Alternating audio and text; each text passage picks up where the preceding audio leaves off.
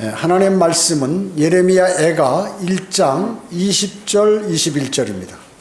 받들어 있습니다. 오 주여 보시옵소서. 이는 내가 고난 중에 있고 내 창자가 끓어오르며 내 마음이 내 안에서 뒤집혔고 내가 크게 기억하였음이니이다. 밖으로는 칼이 생명을 빼앗고 안으로는 사망 같은 것이 있나이다.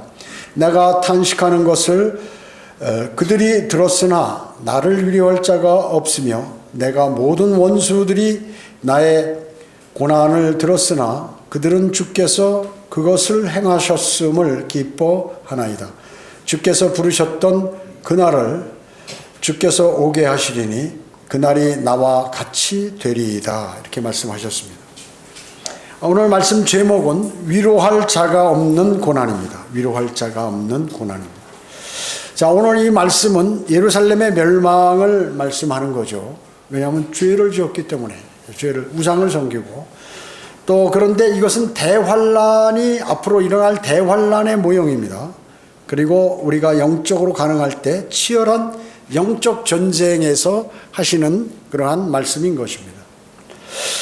고난의 정도는 상황은 틀리지만 고난을 당하지 않고 사는 사람은 단 한 사람도 없습니다. 자, 세상 사람들은 어떻습니까? 세상 사람들도 고난이 있고 그리스도인들도 모두 고난이 있습니다.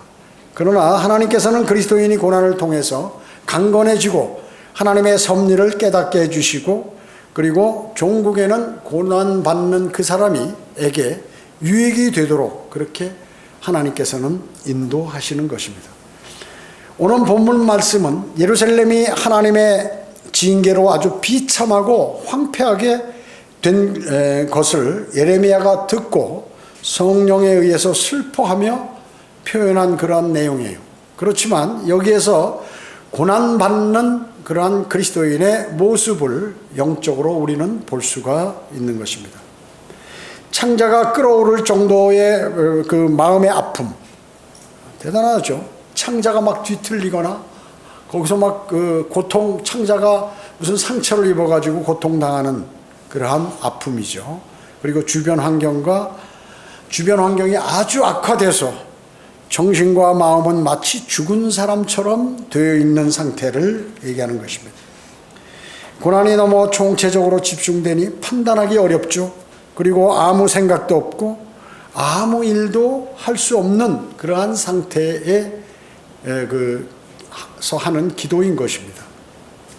어떤 사람의 위로도 소용없고 원수들은 고난당하는 것이 하나님께서 그에게 벌을 내리셨다고 기뻐하고 이러한 상황에 아주 마음 아파하는 것이죠. 이때는 더욱더 절망하게 되고 혼란과 어려움으로 더욱 수렁에 빠지게 되는 것을 볼 수 있습니다. 그런데 하나님의 자녀이면서 받는 고난의 원인은 무엇이고, 자, 이러한 고난 중에 어떻게 해야 하며, 그리고 고난을 받는 사람에게 그 유익이 무엇인가 하는 것을 저는 말씀드리고자 하는 것입니다. 첫 번째, 고난의 원인은 무엇입니까? 고난은 먼저 자신의 잘못이나 죄로 인하여 옵니다. 자신이 무슨 일을 잘못 처리하거나 아니면 잘못 판단하거나 아니면 죄를 지었거나 할 때 오게 된다는 것이죠. 그리스도인은 모든 삶을 주님의 말씀, 즉 진리의 말씀에 의해서 생활하죠. 그러나 자신의 여러 가지 유익을 위해서 육신적인 판단을 할 때가 많이 있습니다.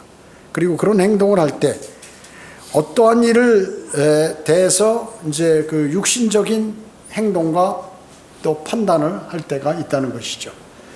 진리를 보지 못하고 눈이 어두워져 세상을 보는데 색안경을 끼고 봄으로써 정확한 판단을 하지 못할 때가 그리스도인도 많이 있다는 것입니다. 그러므로 자신이 실수해서 방향을 잘못 잡고 감으로 인해서 찾아오는 그러한 고난들이 우리에게는 많이 있습니다. 그뿐만 아니라 그리스도인으로서 자백하지 않은 죄가 우리에게 남아있을 때, 또 죄의 성도가 죄에 연루되어 있을 때 고난이 찾아오는 경우가 있다는 것입니다. 그리스도인이 성령 충만하지 않는 상태에서 어떤 생각과 판단을 할 때, 그럴 때는 육신적인 행동을 하게 되죠. 그랬을 때 죄와 아주 연루되기가 쉽습니다. 그러니까 우리가 늘 성령 충만하다면 죄와 연루되기가 쉽지 않은데, 육신적인 생각과 판단을 갖고 있을 때 그때가 가장 죄와 연루되기가 쉽다는 것입니다. 사람은 생각조차 악하기 때문에 하나님께서 보시기에 아주 싫어하는 것이죠. 더구나 세상이 악하기 때문에 마귀는 그리스도인에게 더욱더 관심을 갖고 이렇게 공격을 가해 오는 것입니다. 마귀는 구원받지 않은 마귀의 자녀들에게는 별로 관심이 없어요. 그러나 그들은 그냥 놔둬도 하나님을 위해서는 아무것도 하지 못하기 때문에 관심이 없다는 것입니다. 그러나 주님을 영접하고 구원을 받으면 마귀는 즉시 그 사람을 공격하고 그 사람이 성장하지 못하게, 영적으로 성장하지 못하게 만들게 하거나 진리로부터 멀리 떨어지게 만들고, 그리고 지옥교로부터 떨어지게 만드는 것입니다. 그리고 성령 충만한 그리스도인들로부터 멀어지게 만드는 것이 마귀의 방법이죠. 그래서 제가 자주 말씀드렸죠. 그 성도가 구원받은 다음에 결심을 해요. 그리고 이제 침례 받고 나서 더욱더 결심하게 됩니다. 나는 정확하게 구원받았어. 나는 이제 오늘 죽어도 하늘나라가, 주님께서 나를 인도하실 거야. 이런 거 이제 내가 믿음에 다시 결심을 하게 됩니다. 그러면 이제 즉시 마귀가 공격해요. 그뿐만 아니라 이제 다시 나는 성경을 열심히 공부해 보겠다 결심을 하죠. 다시 그럴 때 또 역시 공격을 하고, 나는 이제 주님께서 입술을 열어달라고 해서 복음을 전파하기 시작하면 그때 이제 마귀가 더욱더 공격합니다. 그러니까 마귀는 주님 오실 날까지 끊임없이 그리스도인을 공격합니다. 북괴군 전술에 재파 공격이라는 게 있어요. 재파 공격. 그래서 6.25 때 우리가 그러니까 적을 알아야 대비해야 되거든. 적과 싸워서 지지 않거든요. 적에 관해서 모르니까 목표를 딱 탈취해가지고 고지를 탈취해서 태극기를 꽂고 만세 부르고 막 탄띠 덮고 힘들고 그러니까 다 풀어 제끼고 느슨할 때 어떻게 해요? 예비대가 다시 공격을 한단 말이에요. 그럼 어떻게 해요? 노상 뺏기는 거예요. 그렇게 되면.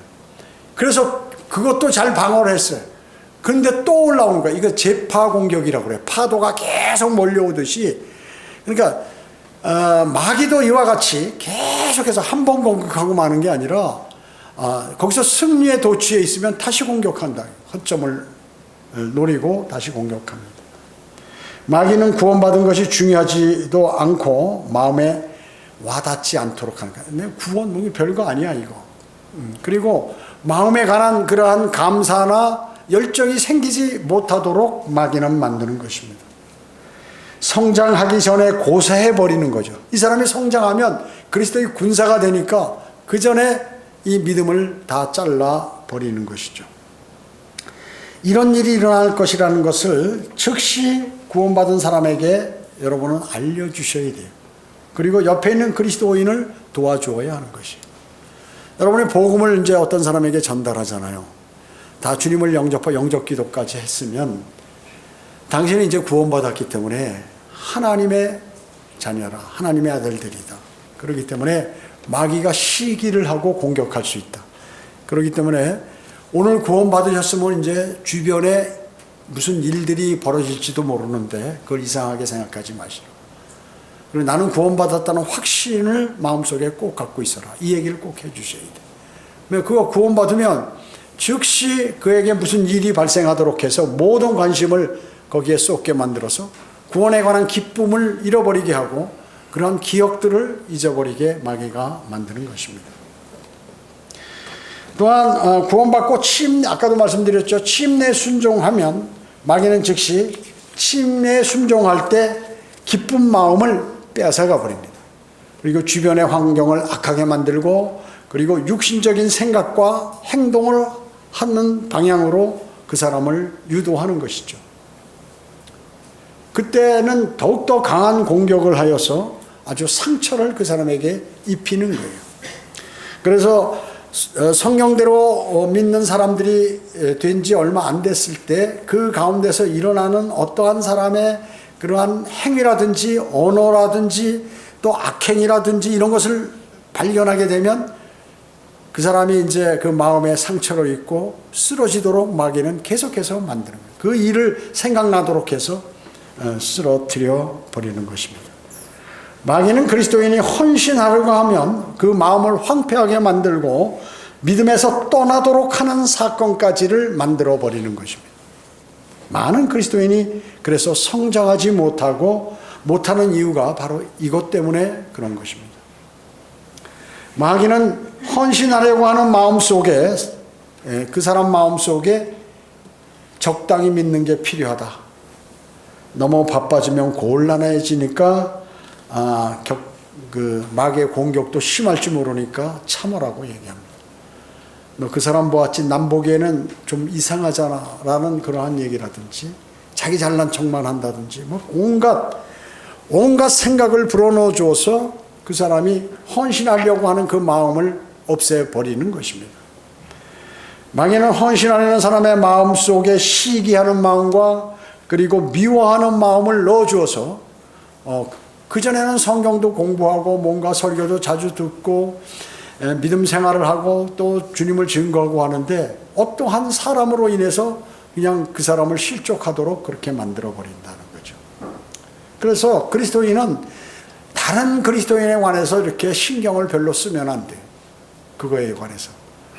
그렇기 때문에 늘 주님을 바라보고 주님과의 교제를 풍성히 나누면 그런 그 느낌을 갖거나 공격을 하더라도 그것이 그냥 별거 아닌 것처럼 느껴지는데 자신이 육신적인 생활을 하고 하나님과 가까이 다가가지 않으면 그러한 것들이 마음의 상처나 어려움으로 나에게 다가오기 때문에 마귀가 그것을 써서 그 사람을 쓰러뜨리는 것입니다. 믿음이 자라지 않도록 만들어버리는 것이에요. 심지어 성경대로 믿는 사람들이 별거 아닌 것 같아. 그리고 세상 사람들 같기도 하고 오히려 그보다 못한 것 같아. 제도권 교회만도 못한 것 같아. 열정이 없어 더 이렇게 느끼도록 만들고 나는 교회만 그냥 출석해야겠다. 진리가 있으니까 그냥 교회만 출석하고 이러한 마음을 주어서 그리스도인의 헌신의 기회를 뺏어 버리는 것입니다.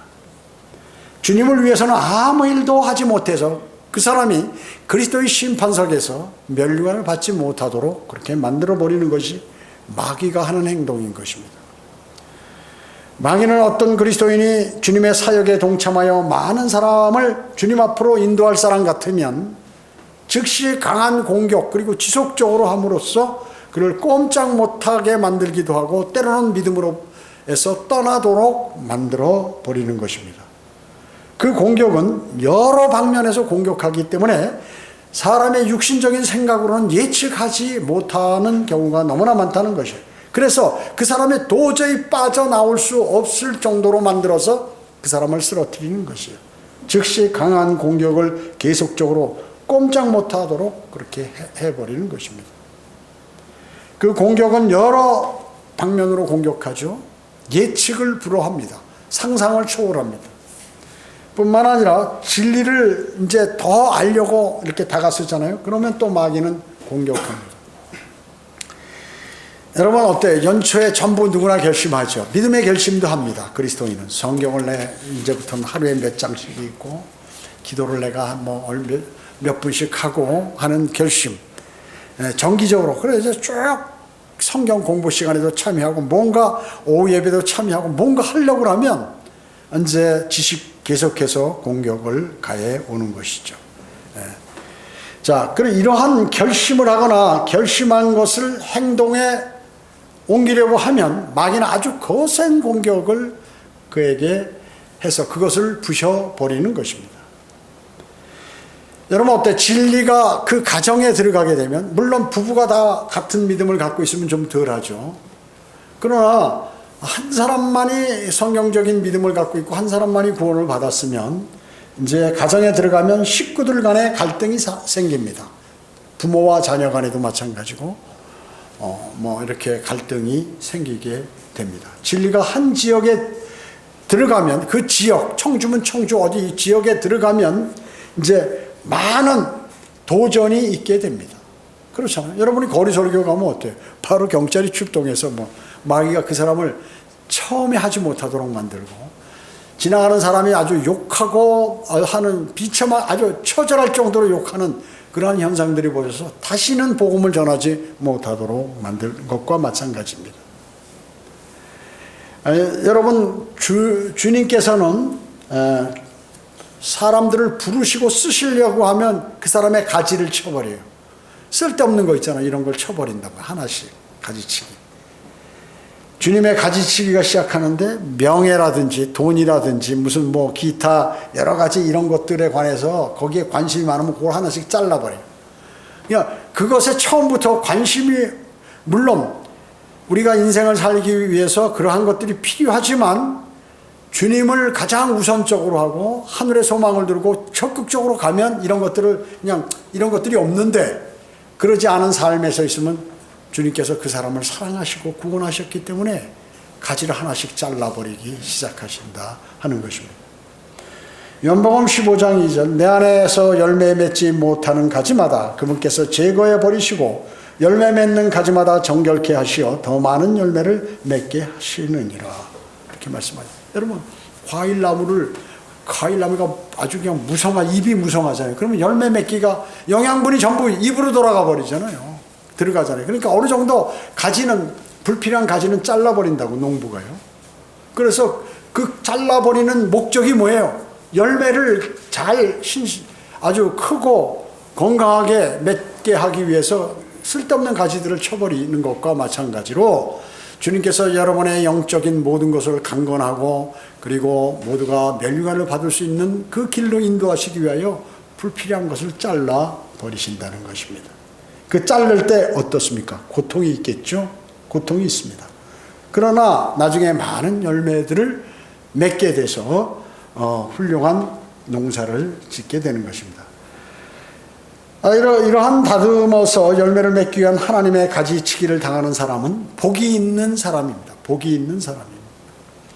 하나님께서는 사랑하는 사람을 지인게 하시고 빚으셔서 깨끗한 삶을 살도록 하시고 주님 안에서 성령 충만한 상태로 이렇게 살도록, 또 하나님의 말씀에 순종하는 삶을 살도록 이렇게 인도해 주시는 것입니다. 가장 그리스도인 가운데 힘들게 사는 사람이 무엇이냐 하면 하나님의 말씀대로 살지 않고 성령님의 인도하심을 받지 않고 자신의 인도함, 육신적인 인도함을 받는 그 사람이 가장 위험하고 어리석은 그리스도인인 것입니다. 자, 두 번째, 성경에서 고난받는 사람이 하나님께 많은 은총을 받는 것을 볼 수가 있습니다. 욥기 3장 1절에서 욥은 고통이 너무나 심해서 어찌 내가 배에서 나왔을 때 숨을 거두지 아니했던가. 그러니까 너무 고통이 심한 거예요. 그는 자녀들 다 죽었죠. 다 죽었습니다. 10명이 아주 그냥 그 집이 무너져가지고 다 깔려서 다 죽었어요. 그리고 자기 많은 재산들 다 날라갔어요. 도둑들이 와서 다 잡아가고 뭐 잃어버리고 이렇게 됐죠. 그리고 자기 아내는 하나님을 원망을 하고 저주하면서 집을 가출해버렸어요. 나가버리고. 그리고 종들도 부르면 오지도 않아요. 종들도. 그 다음에 자기가 도와줬던 사람들 아는 척도 안 하는 거예요. 그것뿐만 아니라 온몸에 그 진물이 나고 말이죠. 종기가 나가지고 막 재에 앉아가지고 너무 가려우니까 기왓장으로 긁고 있고 이렇게. 너무 고통스러운 거예요. 통증이 있고 통증만 없어도 모르는데 주변의 환경도 나쁜 데다가 자기 몸에 통증도 있고 그러니까 내가 어떻게 어머니 태에서 나오고 차라리 안 나왔으면 좋았을 걸. 그렇게 한탄을 한 것이에요. 너무 고통스러우니까. 모세 역시 마찬가지입니다. 사람들이 볼 때는 여수론의 왕으로서 이스라엘을 광야 40년 동안에 통치하는 통치자였다. 사실은 뭐 그가 왕은 아니었지만 실질적으로 그 통치를 한 것이에요. 그런데 모세는 백성들이 너무나 속을 많이 새기는 거죠. 그러니까 민수기 11장 14절에 보면 나는 이 모든 백성을 혼자서 감당할 수 없나이다. 나를 즉시 죽이소서. 너무 힘드니까 하나님 제발 나 죽여달라고. 말을 안 듣는 거예요, 사람들이요. 우상이나 섬기고 하나님 말씀대로 살지는 않고 자기들 멋대로 하는 거죠. 이집트에서 구출된 이스라엘 민족이 광야를 통과하면서 힘들고 고통스러웠을 때 모세를 원망하고 과거 이집트 생활을 그리면서 불평불만하더라고요. 그러니까 주님, 이 백성 내가 도저히 안 되겠습니다. 그냥 나를 죽여달라고. 나 여기서 고통스러워서 못 있겠다고. 그러한 사람들을 데리고 가나안 땅으로 가는 여정은 너무나 힘들고 지쳤기 때문에 그로 인한 많은 고통들이 있었다는 것이죠. 마찬가지로 지역교인에서도 목회자들 가운데서 그 지역교회 시기나 질투심이 가득한 성도, 육신적인 성도들이 가득하면 목회자는 몇 배로 힘들고 어려운 그러한 목회를 하게 되는 것이죠. 엘리야는 어떻습니까? 막 대단한 선지자였죠. 그렇지만 그도 마귀가 공격하니까 두려움과 고통이 찾아오기 시작했어요. 열왕기상 19장 4절에 보면 오 주여 이제 내 생명을 취하소서라고 했습니다. 칼멜산 도전의 영웅원이에요. 거기에서 아합 왕의 바알 선지자들을 수백 명을 다 처단하고 그들은 응답받지 못했는데 하나님의 기도에 응답이 있어서 하늘로부터 불이 내려와서 제물들을 다 태우는 이런 막강하고 능력 있는 그러한 믿음이 좋은 선지자 엘리야도 자기 생명이 위협을 받을 때 이렇게 아왕의 아내 이세벨이 죽이려고 하니까 이제 소식을 듣고 겁쟁이처럼 광야의 향나무 밑에 앉아서 아래서 하나님께 죽기를 그렇게 구하였던 것입니다. 엘리야는 모든 사람이 자신의 주변에 떠나 혼자만 남아있을 때를 인식했을 때 비겁한 겁쟁이로 돌변해버렸던 것입니다. 그리고 벌벌 떨고 있었어요. 마귀는 이처럼 무서운 존재예요. 그 어떤 사람, 믿음이 강한 사람이라도 한번 마귀가 공격하면 두려움과 고통이 찾아오는 거예요. 그래서 성경 곳곳에서 하나님의 일을 하는 사람에게 하나님께서 뭐라고 하면 강건하라, 담대하라, 두려워하지 말라, 주님을 신뢰하라고 이렇게 말씀. 왜? 마귀가 공격하면 두려움이 오거든요. 다윗은 사무엘상 27장 1절에 언젠가는 내가 사울의 손에 멸망하리라, 도망다니면서 언젠가 내가 사울의 손에 내가 죽을 거야 라고 했습니다. 그는 도망다니기 전에 이미 하나님께서 사무엘 선지자를 통하여 왕으로 기름 부음을 받았어요. 다윗은. 그러니까 하나님께서 사울을 패하고 너를 왕으로 쓰실 것이다 라고 하는 것 표시로 기름을 붓고 이렇게 했단 말이죠. 그럼에도 다윗은 언젠가는 내가 사울의 손에 멸망당할 것이라고 두려워하면서 도망다녔습니다. 적국인 다윗은 필리스티아로 도망가는 신세가 얼마나 고통이 컸겠어요. 심지어 자기가 죽을까봐 적국인 필리스티아 그 나라로 피신을 했다 그 얘기죠. 그리고 많은 사람들 앞에서 심지어 정신병자 행동을 하며 살아남으려고 했던 것이. 하나님의 보호하심도 생각할 겨를도 없이 죽을 고비도 많이 넘기면서 언젠가는 사울의 손에 죽을 것 같은 그러한 생각을 가지고 있는 그 다윗의 심정을 우리는 알 수가 있어요. 시편에 많이 나오죠. 시편에. 우리가 시편 공부하죠 오전에 거기에 있어요. 자, 다윗같이 주님을 신뢰하는 사람도 이처럼 두려움이 몰려오는데 믿음이 약하고 주님을 신뢰하지 않는다면 얼마나 그것이 크겠습니까? 그래서 주님께서 늘 강건하라, 담대하라, 두려워 말라라고 하시는 것이에요. 하나님께서 쓰실 그 사람에게 그 얘기를 하는 거예요. 여러분이 주님께서 여러분을 구원시켜서 부르시고 여러분을 사용하시고 여러분과 교제하시고 여러분에게 모든 것을 베푸실 때 여러분도 마찬가지. 마귀의 그러한 영적 전쟁에 두려워 말라. 강건, 담대하라, 담대하라.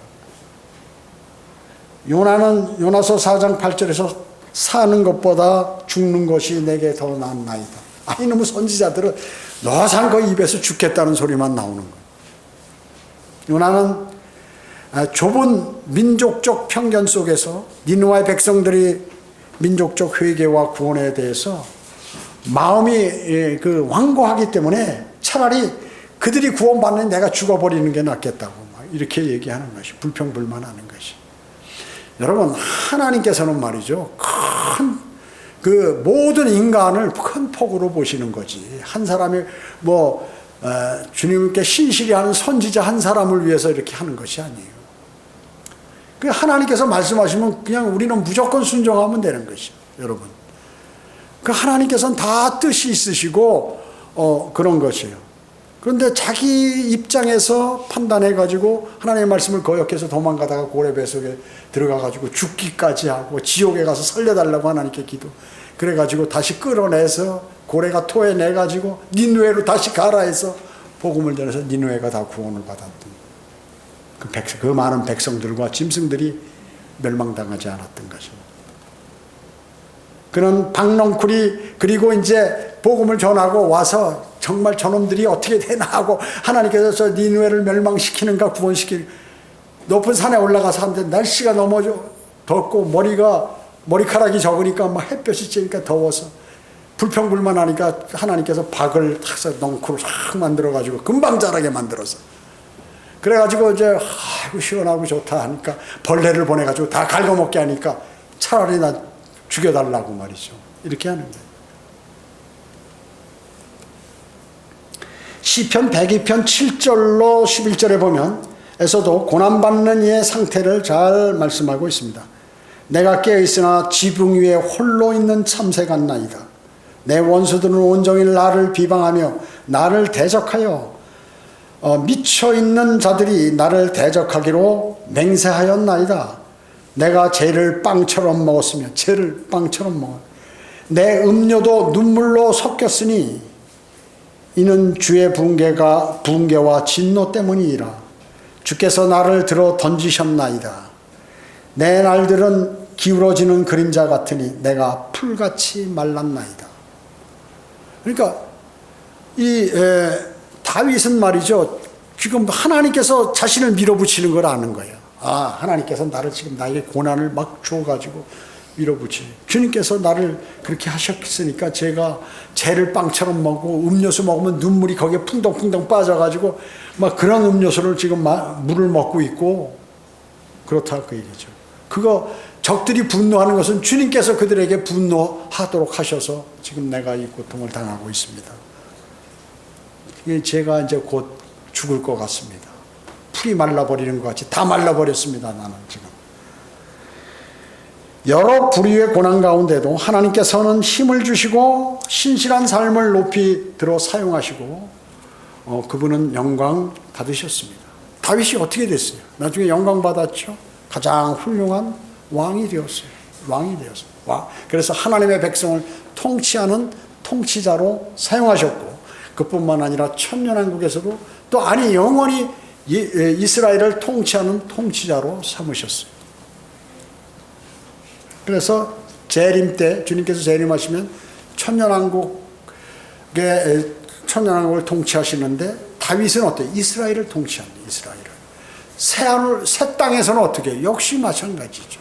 영원히 통치하시는 거예요. 여러분, 하나님께 자신의 믿음을 보이고 그리고 신실하게 주님을 신뢰했던 사람을 어떻게 주님께서 대우하시는가를 여러분은 성경을 통해서 보셔야 하는 것입니다.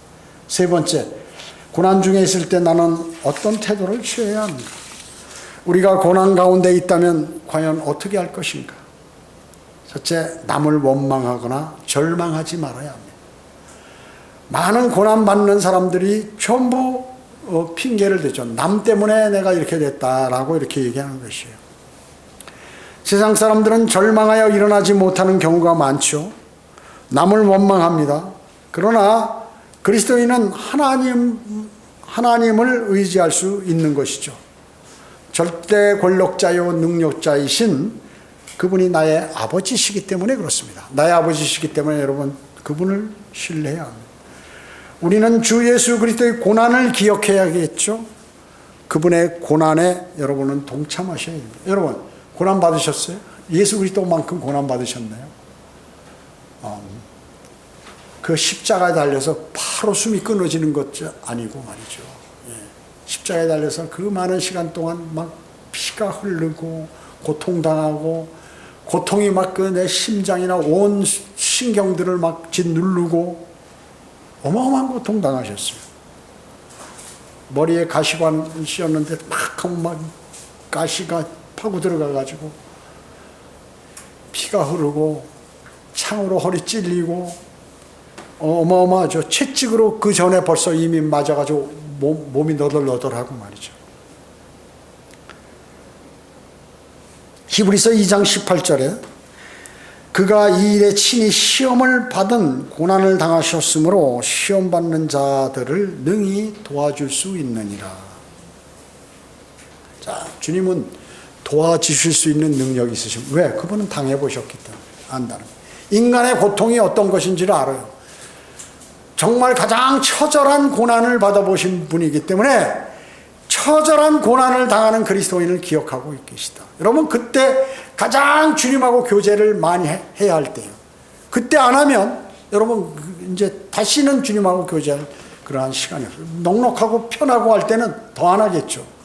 고난 받으면서도 교제를 안 한다. 그 사람은 정말로 가망 없는 사람입니다. 디모데후서 2장 3절에 그런즉 너는 예수 그리스도의 훌륭한 군사로서 고난을 견뎌내라. 어떻게 해요?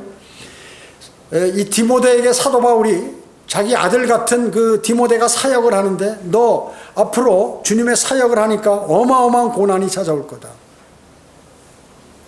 너는 앞으로 훌륭한 군사가 되려면 그 고난을 이겨내라. 견뎌내라. 피하라? 아니, 견뎌내라. 견뎌내라고 권면합니다. 여러분, 존 버년 잘 아시죠? 철로 역정 저자죠. 그 사람은 뭐 신학교도 나오지 않고 거리 설교하고 이렇게 함으로 감옥에 가서 12년 동안 베드포드 감옥에서 줄곧 침묵을 지켰지만 바로 그것에서 세계에서 성경 다음으로 많이 읽혀진 철로 역정을 거기서 쓴 것이에요. 그 외에는 이렇게 얘기했어요. 감옥에서 편안한 마음으로 글을 쓸 수 있었으므로 희열에 가득 차 쉬지 않고 써내려갈 수 있었다. 감옥에 있는 사람이, 여러분 사도 바울은 어때요? 빌립보 감옥에 있을 때 찬송을 부르잖아요. 너무 기뻐서. 좀 있으면 죽을지 모르는 그러한 상황에서 찬송이 흘러나온다. 존 버련도 철로 역정을 쓰는데 하나님이 물론 이제 약간 비성경적인 것도 있는데 그 믿음에 관한 그 순례길 그것에 관해서 이제 자신이 거기서 기록하는데 지치지가 않더라고요. 이죠. 힘들지 않더라고요. 여러분 황제 나방이라고 있어요. 그 누에 고치는 플라스크 같이 약간 이런 식으로 이렇게 돼서 이게 애벌레가 그걸 그 좁은 데를 막 비집고 이렇게 나왔을 때 날개를 착 피면서 나방이 되는. 그러니까 이 애벌레가 그 좁은 데를 막 뚫고 나오는데 힘들어가지고 못 뚫고 나오니까 어떤 사람이 옆에서 보니까 애처로워서 가위로 이렇게 쓸어가지고 잘라주니까 푹 나왔어요. 그 어떻게 조금 있다 푸닥푸닥 대더니 한참 하고 하더니 날지 못하고 어때요? 죽어버리더라고요. 하나님께서 그 황제 나방이 되게 한 거, 그걸 통과해야 날 수 있는 그러한 힘을 줬는데 그게 안 되면 안 된다. 여러분 독수리 어때요? 독수리 맹독류 독수리 큰 절벽 위에다 그냥 다른 사람들이 올 수 없는 그곳에 이제 알을 낳아서 새끼가 부화되잖아요. 그러면 이제 거기서부터 그 높은 데서부터 그냥 막 얘네들이 어느 정도 날개가 나왔으면 밀어버린단 말이죠. 그러면 이놈들이 살라고 막 그 절벽에서 떨어지면서 푸닥푸닥 그러면 저 밑으로 내려가서 거의 땅에 닿기 몇 미터 전에 그냥 샥 해가지고 자기 날개 위로 딱 받아서 다시 올리고 그래 또 떨어뜨려. 훈련을 시키는 거예요. 날으려면 맹수가 되려면 그 경험을 해야죠. 그냥 맨날 그 둥지 안에 있으면 다른 것들을 그 짐승들을 잡을 수 있나요? 못 잡죠. 그거 마찬가지입니다. 슬픔, 고충, 시련, 고난은 예수 그리스도의 장성한 분량에 이르게 하기 위한 하나님의 지혜로운 그러한 지혜롭게 예비하신 것이 바로 성도가 받는 고난이에요. 연단과 성장 과정은 지루하지만 주님을 의뢰할 때 우리는 주님의 은혜로 결국에는 승리할 수 있다는 것이죠. 죄에 대한 징계일 경우에 우리 죄를 져서 징계를 받았다. 그때는 뭐예요? 순복을 해요. 그리고 빨리 죄를 자백해야 하는 것이죠. 히브리서 12장 6절에서 8절에 보면 주께서 그의 사랑하시는 자를 징계하시고 그가 받으시는 아들마다 매질하시느니라고 하신 것이라. 너희가 징계를 견뎌내면 하나님께서는 너희를 아들들로 대우할 것이니 아버지가 징계하지 않는 아들이 어디 있느냐. 모든 사람들이 참여하는 징계를 너희가 받지 않는다면 너희는 사생하여 친아들이 아니니라. 징계 없는 그리스도인, 또 고난 없는 그리스도인은 진짜 아들이 아닐 수가 있다. 그 말씀을 하신 것이. 하나님께서는 우리를 주님께 합당한 자녀로 성장시키기를 원합니다. 우리가 합당한 자녀로 성장하시기를 원해요. 그러기 위해서 그분의 말씀에서 벗어나 곁길로 가게 되면 그때 사랑의 매를 드시는 것입니다. 그것은 그리스도인에게 매우 아주 유익하고 영광된 그러한 것입니다. 하나님을 전적으로 우리는 의뢰해야 되죠. 주님을 의뢰해야 합니다. 주님은 모든 어려운 가운데서도 우리를 위로하시는 분이에요. 우리는 성경 말씀을 통해서 위로받고 그 위로받은 그 위로로 다른 사람을, 고난에 처해 있는 다른 사람을 위로할 수 있는 것입니다. 여러분, 눈물 젖은 빵을 먹어보지 않은 사람과 대화하지 말라잖아요. 그 인생을 논하지 말라고 그러잖아요. 그런 말도 있잖아요. 그러니까 고난을 당해보지 않은 사람은 그 고난을 알 수가 없어요. 어떤 사람이 쌀 떨어져서 고난당한, 먹을 게 없다고 그러니까, 쌀 떨어졌어요? 그럼 뭐 라면 먹으면 되지. 라면 먹고 국수 사 먹으면 되지. 이렇게 한다고 얘기죠. 실제 그렇게 얘기한 사람이 있었다는 거예요. 영국 왕 중에.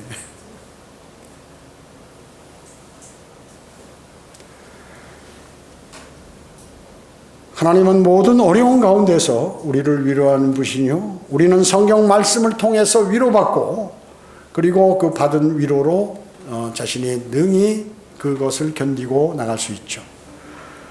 우리는 미래에 소망이 있는 사람들이에요. 세상 사람들은 소망이 없어요. 세상 사람이 고난받으면 고난받다가, 그래서 수많은 세상 사람들이 고난받을 때 어떻게 해요? 자살해버려요.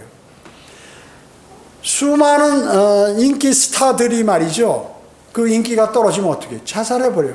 왜? 주님이 안 계신 거예요. 그냥 고난받으면 그걸로 끝이야. 그냥 우리는 고난받으면 그걸로 끝이 아니다. 그 고난은 여러분에게 아주 그 영롱한 면류관으로 여러분에게 그것이 주어지기 때문에 영원히 사용되는 것이 바로 그리스도인의 고통을 견디고 이겨낸 승리한 그 결과라 그 얘기죠. 결과예요. 그래서 고난을 이기면 면류관이 우리를 기다리는 것입니다. 우리를 기다리는 것. 하나님께로부터 태어난 사람은 세상을 이길 수 있습니다. 왜? 믿음이 있기 때문에 그렇습니다. 믿음이 있기 때문에. 여러분, 예수 그리스도께서 지금 요한계시록에 보면 셋째 하늘에 왕관을 쓰고 계시잖아요. 왕관. 그러니까 그분이 왜 왕관을 쓰시고 통치하실 수 있어요? 그분이 십자가의 고난을 이기셨기 때문에 통치하는 것입니다. 고난이 없으면 통치가 없어요. 십자가 없으면 면류관도 없는 것입니다. 시편 42편 11절에는 오 내 영혼아 어찌하여 내가 낙담하느냐, 어찌하여 내 안에서 불안해하느냐, 너는 하나님을 바라라. 내 얼굴을 강건케 하시는 분이요 나의 하나님이신 그분을 내가 여전히 찬양하리라 고 하신 것처럼 힘을 갖고 소망을 바라봐야 합니다. 여러분이 어려우실 때 여러분의 입에서 찬양이 흘러나오고 주님을 신뢰하면 그 고통은 이겨요. 그러나 그냥 어려운 가운데 내가 거기에 그 굴레 속에 들어가서 그걸 이기려고 허부적대면서 괴로워하고 한다면 여러분은 가망이 없습니다. 바울이 디모데에게 권면한 것처럼 너는 모든 일에 정신을 차리고 고난을 견디며 전도자의 일을 하고 내 직무를 완수하라. 이렇게 얘기했습니다. 말씀하셨어. 전도자의 일이 뭐예요? 고난 가운데 복음을 전하려는데 무슨 힘들고 고난이 있고 어려움이 있는데 그런 거 하기가 어렵죠. 어렵습니다. 쉬운 거 아닙니다. 모든 것이 다 갖춰지면 아주 휘바람 불면서 주님을 찬양하면서 복음도 전하고 그럴 텐데 어려움과 고통이 있고 바쁘고 어렵고 힘들고 할 때 잘 되는 것은 아니죠. 전도자의 일은 복음과 진리를 전파하고 주변 사람들을 선으로 인도하는 것입니다. 선으로 인도. 주님 보시기에 합당하고 선한 일을 하라는데 너 고난이 있다고 그거 핑계 잡고 그런 거 하지 말라 그 얘기죠. 정신을 차리라. 지금 받는 고난이 있다면 여러분 전적으로 주님을 신뢰하고 믿고 그분께 모든 사정을 알아야 돼요. 그리고 죄와 연루되어 있다면 빨리 죄를 자백하고 그 죄로부터 떠나서 주님하고 열렬한 교제를 나누셔야 됩니다. 정신을 차리고 전도자의 일을 하고 모든 맡은 일을 노력하고 또 자기에게 주어진 생의 필요를 위한 일들과 또 주님의 일들과 또 내가 주님께서 주신 그러한 영의 양식들을 얻는 그러한 일들에 게을리하면 안 되는 것입니다. 지금 오늘 본문 에레미야 애가는 예루살렘이 멸망당한 것을 보고 예레미야를 뭐라고 얘기해요? 우리 눈물의 선지자라고 그러잖아요. 이 사람들이 말이죠. 멸망을 당하면 이거 우리가 하나님을 우리가 버리고 우상을 섬기고 주님께 인정받지 못해서 한탄하고 말이죠. 빨리 돌아서야 되는데 나라가 멸망했는데도 그냥 이 사람들이 아직 믿음이 미지근해가지고 이렇게 앉아있다. 그냥 한심한 거예요. 선지자가 아무리 외쳐도 이게 잘 듣질 않는 거예요. 목사가 강단에서 그리고 주님을 사랑하고 주님의 말씀과 기도에 정진하고 좀 믿음을 지키고 뭔가 영적 성장을 위해서 자신이 노력하고 하더라도 그냥 눈이 개슴치리 해가지고 이렇게 있으면 말이죠. 주님께서 성령께서 슬퍼하셔요. 여러분 안에 계신 성령께서 슬퍼하십니다. 여러분은 주변에 어떤 어려운 상황이 있어도 주님께서 해결하시면 딱 끝나요. 딱 끝나. 저도 생을 살면서 3번 죽기 일보 직전까지 간 적이 많아요.